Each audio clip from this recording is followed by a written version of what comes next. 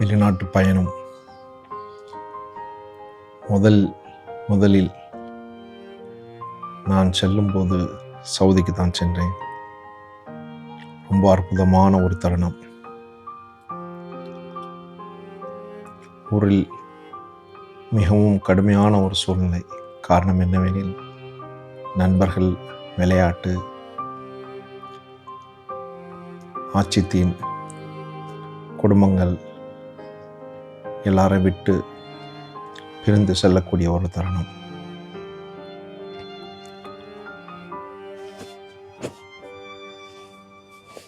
நீண்ட தூர பயணம். விமானத்தில் ஒரு வழியாக இருக்கையில் அமர்ந்த பிறகு நமது பக்கத்தில் பார்த்தால் எல்லாம் நம்ம மொழி பேசக்கூடிய, தமிழ் மொழி பேசக்கூடிய, அதுவும் நமது ஊரை சார்ந்த, நமது சுற்றியுள்ள கிராமங்களில் உள்ள மக்கள்.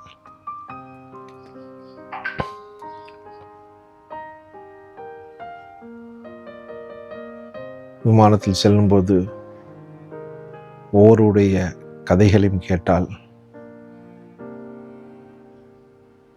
கண்ணீர் தான் வரும். காரணம் என்னவெனில், சூழ்நிலை ஒவ்வொரு மனிதனையும் ஒவ்வொரு விதத்தில் தள்ளப்படுகிறது.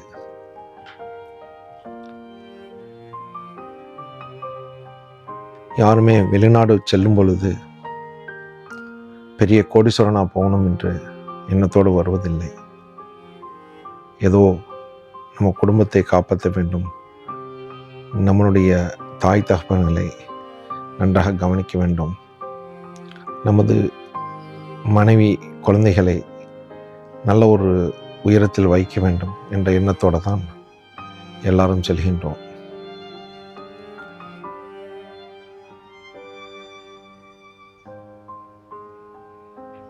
சம்பாதிக்க போகும்போது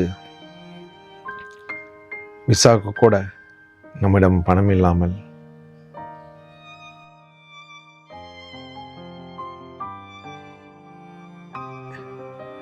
சிலருக்கு மட்டுமே சொந்தக்காரர்கள் கொடுத்து உதவி இருப்பார்கள், அல்லது நண்பர்கள் கொடுத்து உதவி இருப்பார்கள்.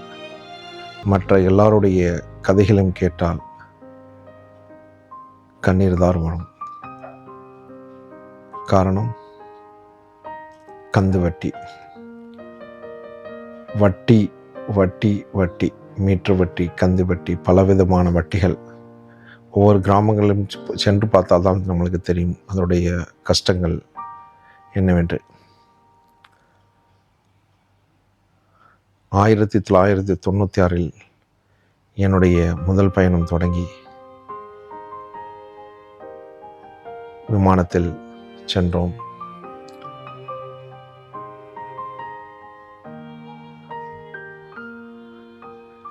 சவுதி அரேபியா ஜித்தாவில் விமான நிலையத்தில் இறங்கும் பொழுது, விமானத்திலிருந்து வெளியே வந்தவுடனே தான் தெரிந்தது அரபு நாட்டு வெயில் எந்த அளவுக்கு சுட்டரிக்கும் என்பது உணர்ந்தேன். நமது ஊரிலிருந்து, சென்னையிலிருந்து முழுமையாக எல்லாம் ஓரளவு நிதானமான கிளைமேட்லேயே நம்ம போயிட்டு அங்கே இறங்கும்போது 48 டிகிரி பளிச்சுண்ட வெயில், சுள்ளுண்டு அப்படியே தலை சுற்றுற மாதிரி ஒரு ஃபீலிங். அந்த ஃபீலிங்கோட இறங்கி நம்மளுடைய லக்கேஜுக்காக வெயிட் பண்ணி எடுத்துகிட்டு போகும்போது, ரொம்ப தூரம் முதல் தடவை வெளிநாட்டில் கால் எடுத்து வைக்கும்போது, கிட்டத்தட்ட நம்ம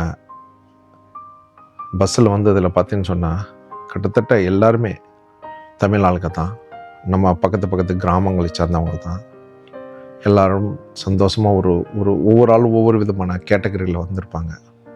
அவங்கவுங்க தகுதிக்கு தகுந்த மாதிரியான ஒரு விசா, அந்த இது லேபர் கேட்டகரி இருப்பாங்க, சூப்பர்வைசரு, மேனேஜரு, அது மாதிரி பலவிதமான கேட்டகரியில் வந்திருக்காங்க. எல்லாம் அதே பஸ்ஸில் தான் போகிறோம். விமான நிலையத்திலிருந்து கிட்டத்தட்ட 1 மணி நேரம் சென்றது இந்த பஸ் பயணம். ஏன்னு சொன்னால் எங்களை தங்க வச்சிருந்த கேம்பும் நாங்கள் வேலை பார்க்குற இடத்துக்கும் கிட்டத்தட்ட அதுவே 1 மணி நேரம் போகும். அவ்வளோ தூரத்தில் தான், ரொம்ப தூரத்தில் வச்சுருந்தாங்க கேம்ப். அந்த கேம்பில் போனால் கேம்புக்குள்ளே என்ட்ரான போது அதோடய ஃபீலிங்கே ஒரு டிஃப்ரெண்ட்டான ஒரு ஃபீலிங். நீங்கள் நினச்சிருந்தாக்கா, நம்ம நினச்சி பார்த்தோன்னு சொன்னாக்கா, கேம்பில் யாரெல்லாம் வாழ்ந்துருந்தாங்களோ அவங்களுக்கெல்லாம் இதோடைய ஃபீலிங் என்னங்கிறது புரியும். ரொம்ப அற்புதமான ஒரு தருணம், அருமையான ஒரு சந்தோஷமான ஒரு சூழ்நிலை. மனசு படப்படாண்டு அடிச்சுக்கிட்டு, அப்போ அங்கே ஏற்கனவே சூப்பர்வைசர் அவங்கெல்லாம் வந்துக்கிட்டு எந்தெந்த பேட்ச் அவங்களையெல்லாம் தனித்தனியாக பிரிக்கிறாங்க. அப்போ நாங்கள் போனது புதிய கம்பெனிக்கு, பல ஃப்ளைட்லேருந்து பல ஆளுக்க வந்திருக்காங்க, பல நாட்டுக்கிறவங்களும் வந்துக்கிட்டு இருக்காங்க. கேட் பாஸு, அங்கே கேம்பில் உள்ள ஸ்ட்ரிக்ட்டு, அந்த மெஸ்ஸுக்கு போகும்போது அந்த ரூம் பிரிக்கும்போது நம்மளுக்கு ஒவ்வொரு ஆளையும் ஒவ்வொரு ரூமில் போடுவாங்க. 10 பேர் ரூமு, 8 பேர் ரூமு, அது மாதிரியான ரூம்களை பிரித்து போடும்போது பல ஊர்கள்லேயும் வந்திருப்பாங்க. அதில் என்னன்னு சொன்னாக்கா 24/7 அப்படின்னு சொல்லலாம். லைட் எரிஞ்சிக்கிட்டே தான் இருக்கும். ஏன்னு சொன்னால் டே ஷிஃப்ட்டில் ஒருத்தவன் போவான், நைட் ஷிஃப்ட் ஒருத்தவன், செகண்ட் ஷிஃப்ட்டு, ரொட்டீன் போயிட்டு வந்துக்கிட்டு இருப்பாங்க. கதவு டபால் டபால் டபால் டபால் சத்தத்தோடைய ஒரு புது விதமான நம்மளுக்கு அந்த அனுபவங்கள். பெரும்பாலும் கேம்பில் யாரெல்லாம் போய் பெரிய சீபோர்ட்டோ அப்படி இல்லைன்னு சொன்னால் கன்ஸ்ட்ரக்ஷன் கம்பெனியோ இது மாதிரி இடங்களில் போய் பெரிய பெரிய ஹியூஜ் நம்பர்ஸ் இருக்கக்கூடிய எல்லாரோடையும் மிக்ஸாக இருக்கக்கூடிய ஒரு கேம்பில் போய் தங்கினாக்கா அதோடைய விசேஷங்கள் என்னங்கிறது எல்லாருக்குமே புரியும். ஒரு வகையில் நம்ம ஃபஸ்ட்டு ஒரு 3-4 நாள் கொஞ்சம் மன கஷ்டத்தோட என்ன சாப்பாடுன்னு தெரியாது. ஏன்னு சொன்னால் நம்ம ஊர் சாப்பாடு வேறு, அங்கே கேம்பில் கொடுக்குறது எல்லாமே வேறு. அரபு சாப்பாடோடு நம்ம சாப்பாடு கலந்த மாதிரி கிடைக்கும். சில நேரத்துக்கு இன்டர்கான்டினல் சாப்பாடும் கிடைக்கும். அப்போ நம்மளுக்கு அது செட் ஆகாது. அது ஒரு வழியாக நம்ம செட் பண்ணிவிட்டு எல்லாம் பண்ணிவிட்டு வேலைக்கு போகணும். வேலைக்கு போகும்போது யூனிஃபார்மு, பல புதிய ஃபார்மாலிட்டிஸ் போய் இறங்கினோடனே நம்மளுக்கு என்ன செய்கிறேன்னே தெரியாது. ஒருத்தவங்களுடைய அந்த ஃபஸ்ட்டு மாதம் சம்பளம் வாங்குகிற வரைக்கும் நம்மளுடைய கஷ்டமோ அது வேறு விதமாக இருக்கும். யாரெல்லாம் இந்த மாதிரி விஷயங்களை கடந்து வந்திருக்காங்களோ அவங்களுக்கு தெரியும். சிலர் தனிமையில் போயிட்டு தனிமையில் சின்ன கம்பெனியில் போய் ஜாயின் பண்ணிவிட்டு அவங்க தனிமையாக 4 பேர் 5 பேரோட வேறு ரூமில் தங்கியிருப்பாங்க. அவங்களுக்கு இதோடைய அனுபவங்கள் கிடைக்காது. கிட்டத்தட்ட சொல்லணும்னு சொன்னால் ஸ்கூலுக்கு படிக்கக்கூடிய காலகட்டத்தில் சிலர் வீட்டில் இருந்துக்கிட்டு போயிட்டு வந்துட்டு இருந்திருப்பாங்க படிக்கிறது. சிலர் ஹாஸ்டலில் போய் சேர்ந்து படிச்சிருப்பாங்க. முதல்ல ஹாஸ்டலில் போய் அவங்க என்ட்ராகும்போது அங்கங்கே என்னென்ன கூத்துலாம் நடக்குதோ அது ஒரு விதமான ட்ரெண்டாக இருக்கும். இங்கே வந்துக்கிட்டு நம்ம சம்பாதிக்க வந்த இடத்துல அது ஒரு விதமான அனுபவங்கள். வாழ்க்கையில் பல விதமான அனுபவங்கள் பெற்று நம்ம அப்படியே நம்ம காலம் கடந்து போய்கிட்டே இருக்கும்.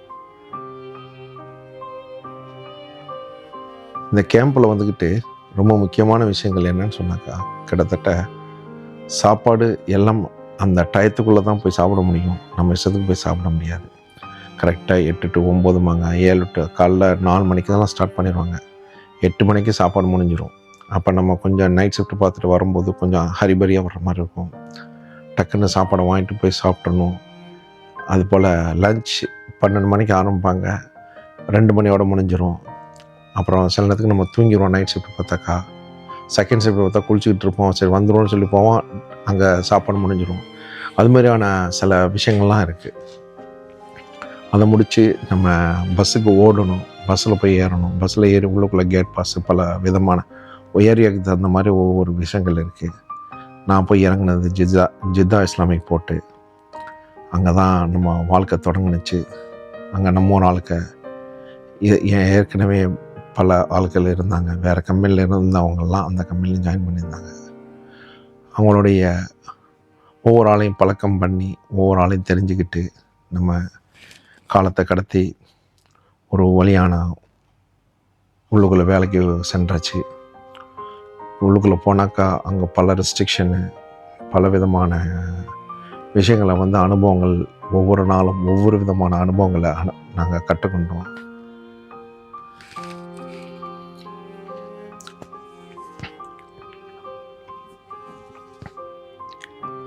சாப்பாடு, குளியல் எல்லாம் நேரத்துக்கு நேரம், சரியான நேரத்துக்கு போகலன்னா எதுவும் கிடைக்காது.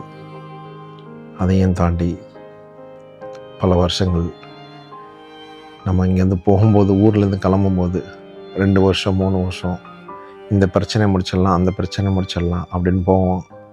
ஆனால் வெளிநாடு போனதுக்கப்புறம் தான் தெரியும், எத்தனை வருடங்கள் கழிந்தாலும் நம்மளுடைய தேவைகள் மட்டும் முடியவே முடியாது.